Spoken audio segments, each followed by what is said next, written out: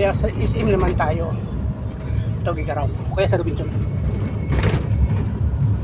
Andito tayo kasalukuyan sa loob ng van papuntang Gigaraw. Papunta tayo ng SM or Robinson. Doon tayo mag-vlog. Maaga pa naman eh. Approximate time is almost 9 o'clock or 10 o'clock. Temperature maganda. 29 to 30 degrees centigrade umaga po dito. Regard sa lahat ng nanonood. Saan man kayo naroon, parte ng Pilipinas.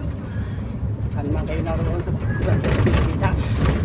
Regard sa inyo lahat. Salamat sa panonood. At saka dyan sa OFW lahat, saan man parte kayo ng mundo.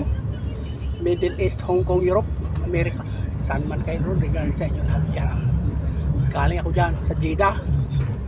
15 years ako dyan sa dealer ng Mercedes-Benz, Jeddah. Dyan ako trabaho dyan dati. Manager ako dyan. Pangalawa ko sa German. Overage na ako, kaya vlogger na ako ngayon. Para maiba na naman ang status sa buhay. Yan. Masaya ang vlogger. Walang manager. Ikaw ang bahala sa sarili mo. Wala kang manager. You have to manage yourself. Regard sa inyo lahat yan. Good morning sa inyo lahat yan. Ngayon, ang temperatura dito ay almost 30 degrees. Mainit. Alam mo na, summer ngayon eh. Pero maganda ang panahon. Summer, pero maganda ang panahon. Excellent weather condition. Okay lang, sanay tayo sa ganitong temperature. Gusto nga ng mga turista dito eh, kaysa doon sa Europe.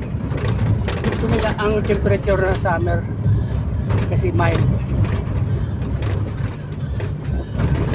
Mas mainit pa nga sa Middle East. Dito mild lang. Manageable ang temperature dito sa Pilipinas at sa buong Asia. Approximate 30 degrees centigrade.